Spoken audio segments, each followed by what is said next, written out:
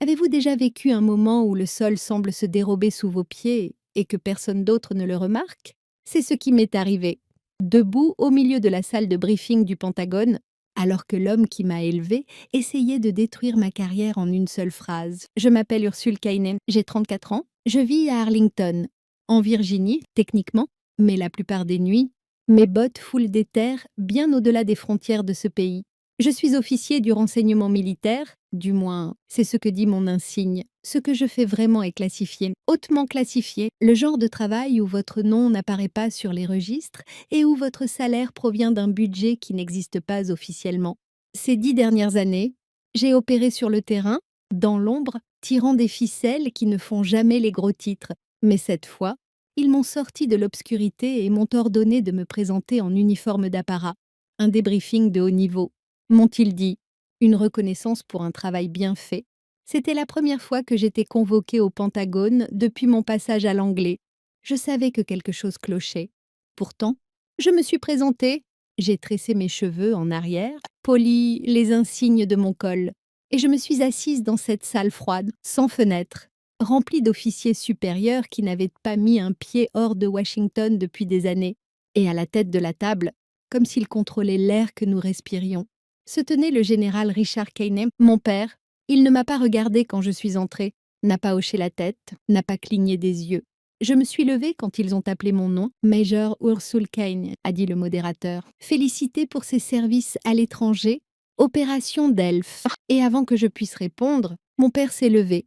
C'est une traîtresse, a-t-il déclaré, sans avertissement, sans contexte, juste ces 3 mots, comme un marteau s'abattant. La salle est devenue silencieuse.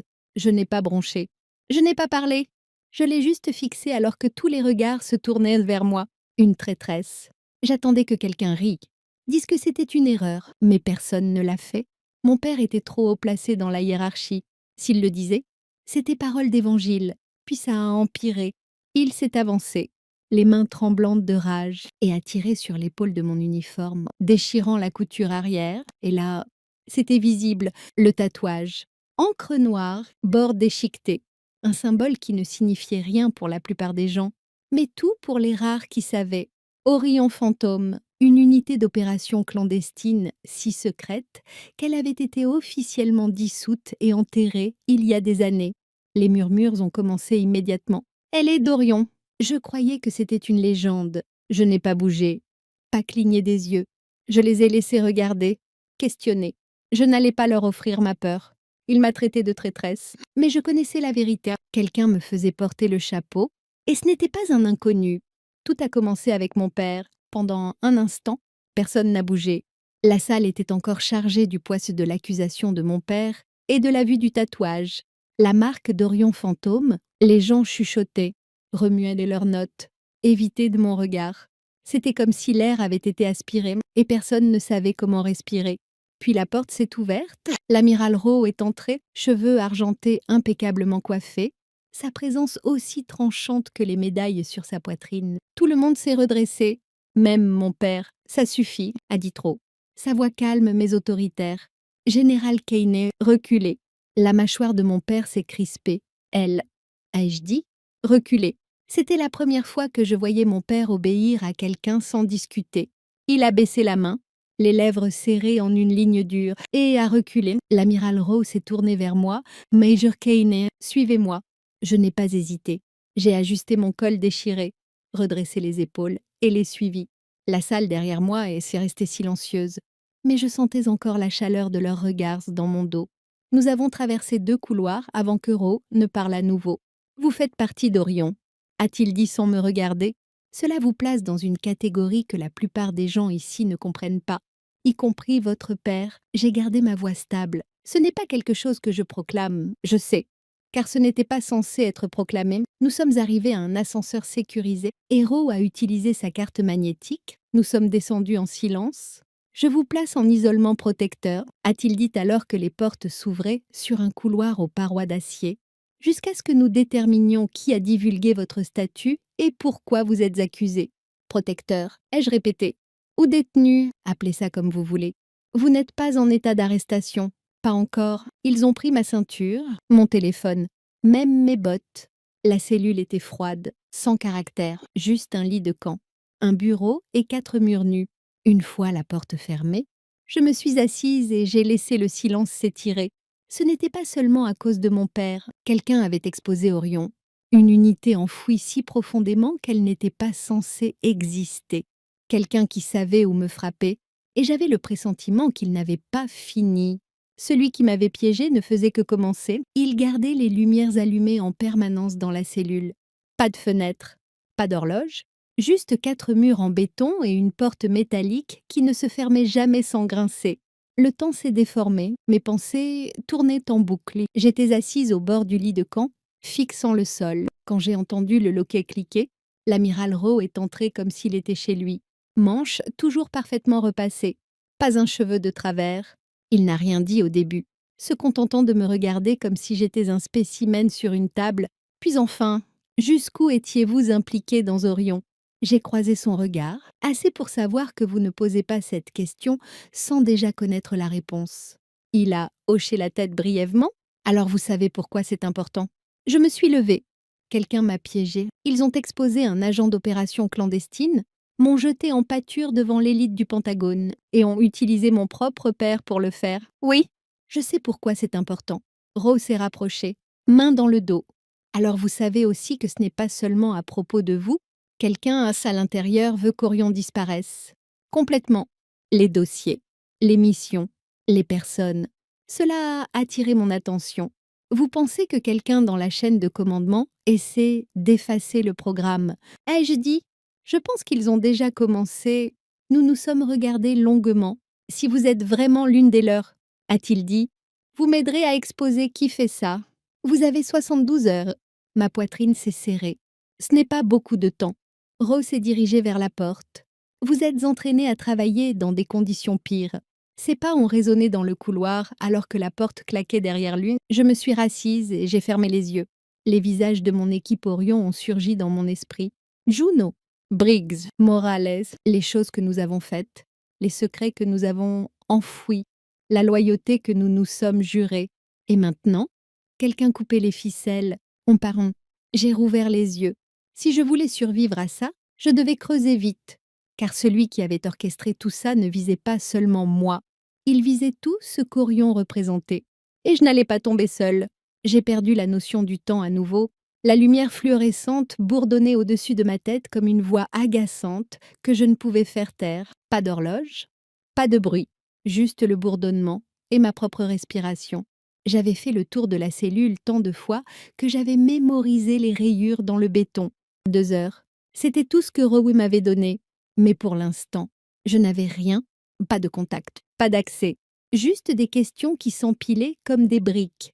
Je me suis assise sur le lit de camp, la tête dans les mains, repensant à chaque mission, chaque poignée de main, chaque enveloppe scellée que j'avais livrée pour Orion, quelque part là-dedans, dans mon passé, se trouvait le déclencheur de tout ça. Et puis, comme un brouillard lent, un souvenir a émergé, la Syrie. Il y a 7 ans, l'opération à la frontière près d'Al-Hasaka, nous avions perdu 2 hommes, pas à cause du feu ennemi, mais à cause d'une trahison. Quelqu'un avait divulgué notre point de largage. Je me souvenais du regard de Juno quand nous avions trouvé les corps, comme si elle savait que nous étions traqués de l'intérieur. Cette opération avait été effacée des registres officiels, couverte par un rapport de 3 phrases. Nous n'avions jamais trouvé la fuite. Nous n'étions pas censés la trouver. Maintenant, ça recommençait. Sauf que cette fois, c'était moi qui avais une cible dans le dos. La porte a bourdonné, me faisant sursauter. Elle s'est ouverte lentement, et un homme en costume gris anthracite est entré.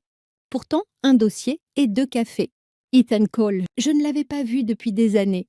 Il gérait autrefois les opérations juridiques pour Orion, à l'époque où nous avions besoin de quelqu'un pour rendre l'impossible propre, toujours impeccable, toujours observateur. Ursul, a-t-il dit en me tendant une tasse. Toujours noir. Je l'ai regardé un moment, puis j'ai hoché la tête. Qu'est-ce que tu fais ici? Bon sang, je suis venue parce que les mains de Rose sont liées. Et parce que je te dois encore pour ce fiasco à Jakarta. Il s'est assis sur le banc, ouvrant le dossier. Tu es piégé, et je pense savoir qui tire les ficelles. Je n'ai pas respiré. J'ai juste attendu. Le colonel Marwick, a-t-il dit platement, l'ombre de ton père. Son homme de main. Il est corrompu. Et je pense qu'il est celui qui a déclenché ton exposition. Je me suis adossée, mon pouls battant. Si c'est vrai, ai-je dit, alors ça va plus loin que moi. Ehsan a hoché la tête. Nous avons 72 heures. Et je suis avec toi. Mais si on fait ça, on sort des sentiers battus. J'ai fini mon café d'un trait lent et je me suis levée. Alors, brisons toutes les règles qu'ils nous ont apprises. Nous nous sommes déplacés comme des fantômes, après qu'Ethan m'a fait sortir de la cellule en utilisant un ancien code de contournement interne d'Orion, un code qui fonctionnait encore parce que personne n'avait pris la peine de le supprimer. Nous avons disparu sous terre, dans les entrailles du Pentagone. Les anciens refuges d'Orion avaient été retirés des cartes officielles il y a des années, mais nous savions où chercher. Tu es sûr qu'on n'est pas suivi? Ai-je chuchoté? J'ai brouillé le système de surveillance avant qu'on parte, a dit Ethan. À moins qu'il n'ait installé de nouveaux capteurs thermiques ces 2 dernières semaines. Nous sommes des fantômes. Nous nous sommes installés dans un bureau oublié au sous-sol. Peinture écaillée. Pas de ventilation. Pas de signal. Parfait.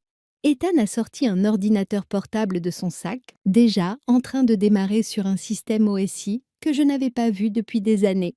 L'écran de connexion a affiché un symbole que je n'avais pas vu depuis ma dernière mission sur le terrain, l'ancien insigne d'Orion. D'accord? A-t-il dit en tapant rapidement. Si Marwick est corrompu, ce ne sont pas que des rumeurs, il y aura des traces financières. Et si on a raison, ai-je ajouté, il n'a pas agi seul. Ehsan a hoché la tête sombrement, commence à chercher. En utilisant une série d'identifiants de portes dérobées, nous nous sommes glissés dans un réseau fantôme non connecté aux systèmes militaires principaux, mais autrefois utilisé pour les finances et les chaînes d'approvisionnement d'Orion.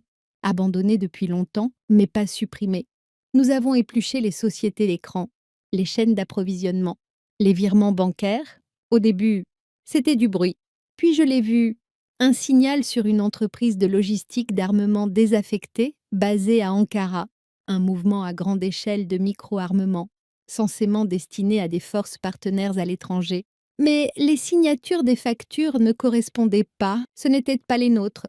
Essonne les a croisés avec les registres officiels. Et là, c'était clair. La chaîne de signatures avait été falsifiée et enfouie dans le circuit d'approbation, colonel Marwick. Et juste en dessous de son nom, un autre. Ma poitrine s'est figée. Général Richard Keynet, mon père. Je me suis adossée, le cœur battant, fixant les noms à l'écran.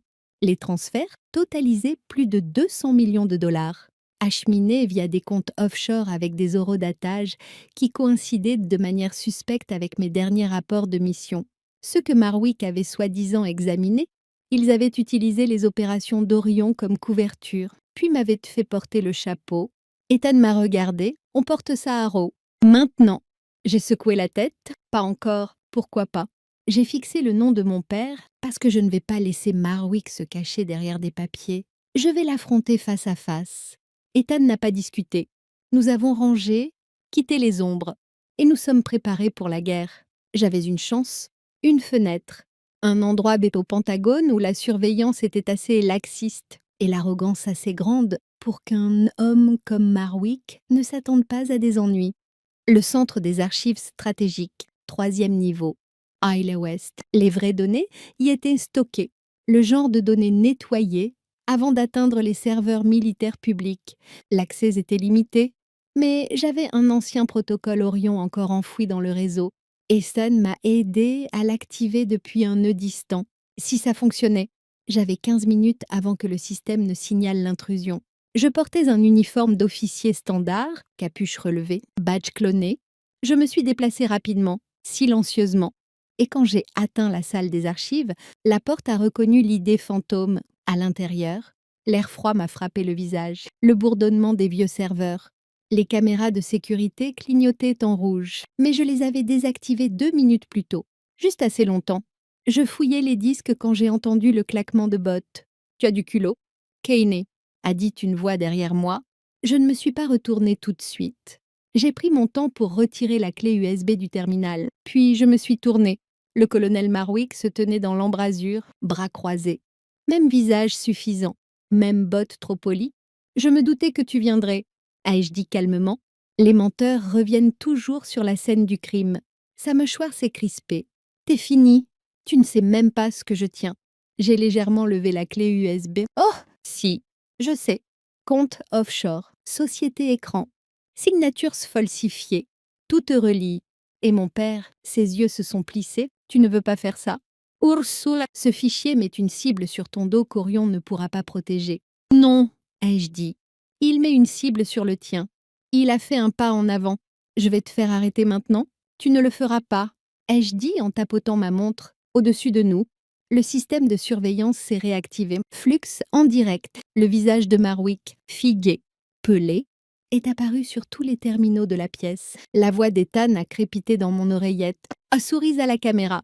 Colonel, tu es en direct sur le canal sécurisé de Rowe. Marwick s'était lancé. J'ai été plus rapide, je l'ai contourné, j'ai claqué la porte derrière moi et j'ai couru. Je ne me suis arrêtée qu'une fois, hors du bâtiment.